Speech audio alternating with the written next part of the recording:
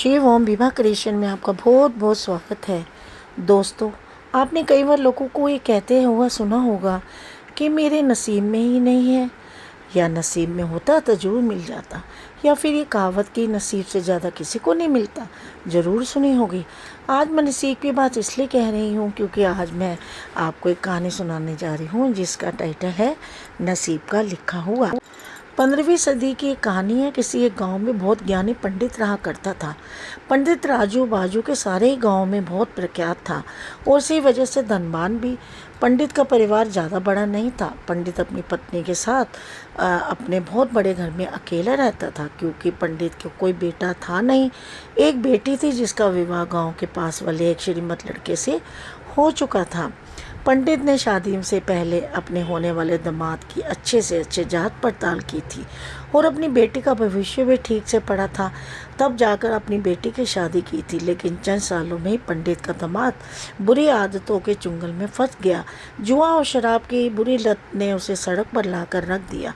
अपनी बेटी की ऐसी दुर्दशा देख पंडित की पत्नी काफ़ी दुखी होती थी और अक्सर पंडित को कहा करती थी कि तुम जाकर उसकी मदद करो। पंडित हमेशा अपनी बीबी को यह कहकर उनकी मदद करने के लिए मना कर देता था कि अभी कुछ समय तक उनका बुरा समय चलना है। हम चाहे कितनी भी कोशिश कर लें, उनके नसीब में नहीं है, वह उन्हें नहीं मिल पाएगा। पंडित की ऐसी बातों से उसकी पत्नी काफ़ी दुखी हो जाया करती थी और मन ही मन सोचती थी कि ऐसा स्वार्थी पिता है जो अपनी बेटी को इतने कष्टों में देखकर भी उसकी मदद करने के लिए मना करता है।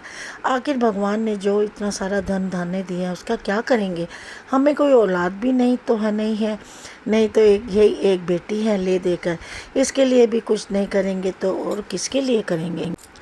पंडित ऐसा नहीं सोचता था। ऐसा नहीं कि पंडित अपनी पुत्री से प्रेम नहीं करता था, लेकिन उसने अपनी पुत्री की कुंडली इतने अच्छे से पढ़ी थी कि वह पहले से ही जानता था कि वह चाहे कितने भी अच्छे लड़के से शादी कर ले, लेकिन उसके जीवन में इस समय आने वाला ही है और बिना इसके भोगते उसको छुटकारा नहीं मिलने वाला। एक दिन खाने पीने की ही मोहलत हो चुकी। पंडित की बेटी और दामाद उसके घर आ गए। पंडित ने उसकी बीवी ने दोनों का खूब आदर सत्कार किया और खूब अच्छा खाना खिलाया। बेटी और दामाद की पंडित ने सहायता मांगने की हिम्मत नहीं हुई, इसलिए वह बिना बोले ही वापस अपने घर को लौटने लगे।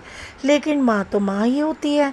पंडितानी से रहा नहीं गया और वह बिना पंडित की इजाज़त से उसने चोरी छुपे बूंदी के लड्डू बनवाकर उसमें सोने के छिक्के रख दिए और बेटी और दामाद को दे दिए ताकि बेटी और दामाद की कुछ आर्थिक सहायता हो सके।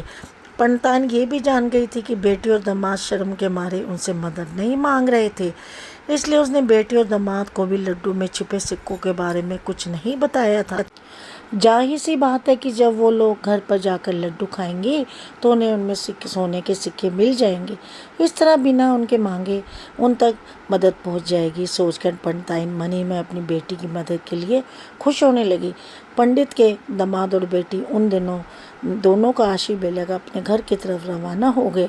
उन दिनों गाड़ियाँ तो होती नहीं थी, घोड़ा गाड़ी या बैलगाड़ियाँ चलती थी। पैसे ना हो तो चीज़ों की लेन देन में व्यवहार होता था। बेटी और दामाद का गांव पंडित के घर से कोसों दूर था, फिर भी पैसों की कमी के चलते वह चलकर अपने गांव की तरफ निकल पड़े। थोड़े दूर ही चले थे कि पंडित की बेटी के पैर में मोच आ गई और अब उसको चलना भी मुश्किल हो गया। पंडित के दामाद ने जब देखा कि उसकी बीवी अब बिल्कुल भी चलने में सक्षम नहीं है तो उसने एक टांगा अपने घर पर किराए पर ले लिया। दोनों पति पत्नी टांगे में बैठकर घर तक पहुंच गए, लेकिन टांगे वाले को देने के लिए उनके पास पैसे नहीं थे। इसलिए पंडिताइन ने जो बूंदी के लड्डू उन्हें दिए थे यही किराए के तौर पर उन्होंने टांगे वाले को दे दिए। टांगे वाले बूंदी के लड्डू को लेकर वहाँ से चला गया। टांगे वाले अपने घर की तरफ जा रहा था तब उसे एक हलवाई की दुकान देखी। उसने सोचा कि थोड़े से बूंदी के लड्डू से मेरे घर के लोगों का पेट थोड़ी भरने वाला है। इससे अच्छा मैं बूंदी के लड्डू को बेचकर इससे कुछ चावल खरीद लेता हूँ। टांगे वाले ने बूंदी के लड्डू हलवाई को बेच दिए। जिस गांव में वह हलवाई रहता था उसी गांव में एक आदमी ने अपने घर पर पूजा रखी थी और पंडित को उस पूजा के लिए बुलवाया था। पूजा में लगने वाले प्रसाद के लिए उस आदमी ने उसी हलवाई से बूंदी के लड्डू के लिए, जहाँ पर उस टांगे वाले ने बेचे थे, हलवाई ने उस आदमी को टांगे वाले से ख़रीदे हुए लड्डू ही पहले दिए ताकि वह ख़राब ना हो जाए, क्योंकि वह नहीं जानता था कि ये लड्डू कब के बने हैं। पूजा खत्म होने में दक्षिणा और बूंदी के लड्डू लेकर जब पंडित अपने घर आया और खाना खाने बैठा तो प्रसाद में लाए बूंदी के लड्डू खाते वक्त लड्डू से सोने का सिक्का निकला। इस घटना को देखकर पंडिताइन की आंखों से आंसू बहने लगे।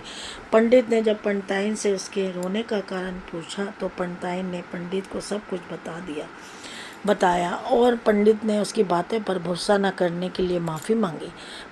पंडित ने पंडिताइन के आंसू पोंछे कहा कि तुम्हारी तरह मैं भी अपनी बेटी को बहुत प्रेम करता हूँ, लेकिन अगर हम उसकी इस तरह मदद करते हैं तो दामाद हमसे हमेशा ही ऐसी मदद की अपेक्षा रखेगा और अपनी बुरी आदतों को कभी नहीं छोड़ेगा। पंडिताइन भी अब पंडित की बातों को सहमत हो गई। 2-3 महीने बीत गए। पंडित के दामाद और बेटी फिर से एक बार उनके घर आए और इस बार उनकी परिस्थिति पहले की तरह से बेहतर थी, क्योंकि पिछली बार खाली हाथ जाने के बाद दामाद ने नया काम शुरू किया था और अपनी सारी बुरी आदतें भी छोड़ दी थी। दोस्तों, नसीब का लिखा नहीं बदलता। ये कहानी आपको कैसी लगी? क्या आप भी नसीब पर भरोसा रखते हैं या फिर आप उन लोगों में से हैं जो अपना नसीब खुद अपने हाथों से लिखना चाहते हैं?